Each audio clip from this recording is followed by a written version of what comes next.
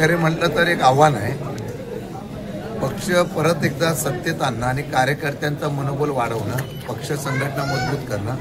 आदरणीय पवारसाहेब असतील, जयंत पाटील, सुप्रियाताई, पक्षाच्या सगळ्या नेत्यांनी मला जी काही संधी दिली त्यामुळे आभार व्यक्त करतो. आणि हे चॅलेंज आहे समजायचं, सत्तेच्या असलेल्या लोकांना सत्तेपासून दूर करण्यासाठी माझे पक्ष परत मजबूत उभा करण्यासाठी प्रयत्न करतात. माथाडी कामगारांना एक माझे पनवेलचे अध्यक्ष जे आहेत ते सतीशरावजी पाटील माझे मित्र आहेत.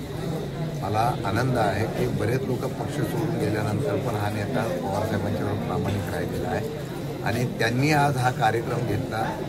त्याचबरोबर सगळे माथाडी कामगार असतील, कार्यकर्ते असतील, पनवेल, कळंबोली या परिसरातले सगळे बांबटे वगैरे ठिकाणची लोक आलेले आहेत, कार्यकर्ते आलेले आहेत. त्यांच्यामध्ये हा सत्कार सोहळा झालेला आहे. आम्हाला ऊर्जा देणारा असेल, भविष्यामध्ये लढण्याची जिद्द निर्माण करणारा असेल.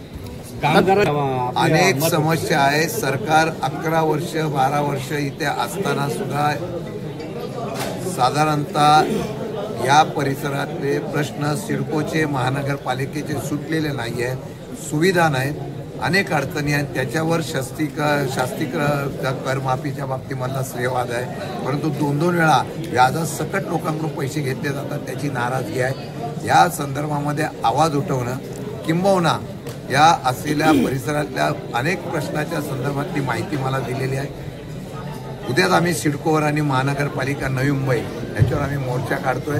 सिडकोचे जे प्रश्न आहे उद्या मी सिडकोच्या बरोबर आम्ही शिष्टमंडळ नेऊ. त्यामध्ये सतीशरावांच्या माध्यमातून पनवेलच्या आणि या कळंबोली परिसरातल्या सिडकोचे प्रश्न आम्ही पहिल्या प्रथम मांडण्याचा प्रयत्न करणार.